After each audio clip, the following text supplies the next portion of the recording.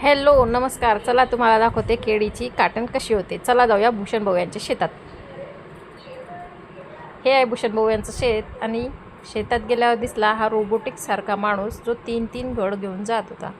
पुढे रस्त्यात एक पाहिला तर एक बिचारा खाली पडलेला घड रडत होता. नंतर पाहिलं तर एक बुद्धिमान असा मनुष्य केळीचे घड कापताना दिसला. मॅडम हा नका बघू, हा बघा.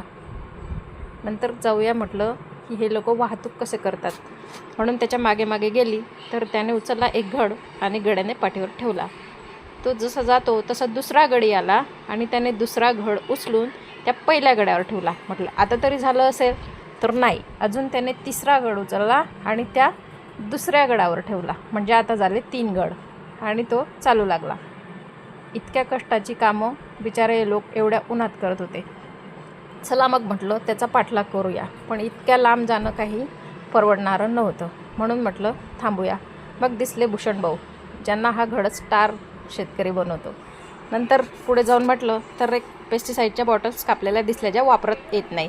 मग बघितला तो रोबोट आला, तर बघितलं तर सगळी कामं जी रोबोटसारखी करत होती ही माणसं.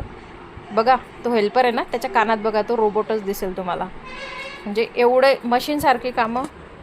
नंतर ती फण्या कापून धुतल्या जात होत्या आणि मग त्या एकदम स्किलफुल कापलेल्या फण्या त्याने मला कापून दाखवल्या. अतिशय सुंदर दिसत होत्या त्या.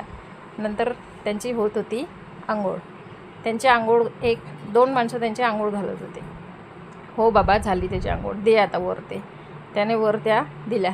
नंतर 2 माणसं होती जी त्यांना व्यवस्थित रचून एका लाईनीत शिस्तीत बसवत होती. हो बाबा, ठेव शिस्तीत ठेव त्यांना.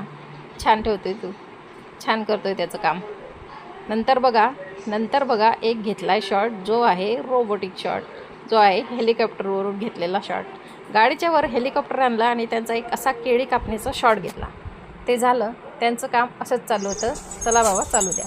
मग त्याच्यानंतर हे जी तटबंदी दिसते ना, ही तटबंदीमुळे ना केळीला हवा लागत नाही. भयंकर ऊन आहे, म्हशी बिन सावली शोधत आहे बिचाऱ्या, खूप ऊन लागतं आहे.